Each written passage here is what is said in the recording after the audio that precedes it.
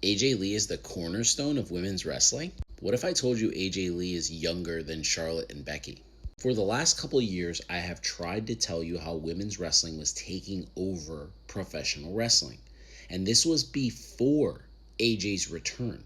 Can you imagine what 130 million views, sold out merch when it's not releasing, and not being delivered until October 17th? That's right. The amount of people that jumped on WWE Shop to buy her merch, and it's not even arriving to us until October 17th. This is huge for women's wrestling. They have a bona fide star that is a star outside of professional wrestling. You see, they have massive stars in Rhea Ripley. They have massive stars in Bianca Belair. They have massive stars in Becky and Charlotte and Liv and Naomi. But what they don't have is a cross promotion star. They don't have one that's out there making movies as well as writing books. She is at all of the Comic Cons. She is at all the nerd conventions. She is making movies and she is recurring characters on television shows.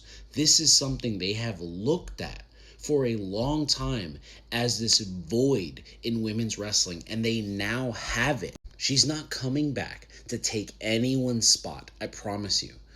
Everything I know about this woman, from reading her book to listening her recite it, to listening to the way she speaks about mental health, to listening to the way she talks about other women in her profession, I know, based off this evidence alone, she is not coming here to take anyone's spot. She is coming here to help the women get to that next level. For the people that jump into my comments and say the women will never be viewed as the men because people tune in to watch the men, that's what she's coming to change. She's coming to change that thought process. She is coming to help put the women in a spot where they belonged all along.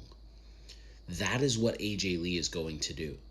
She is going to position the women to now be the focus of WWE, because for the longest time, they have been the best part of WWE.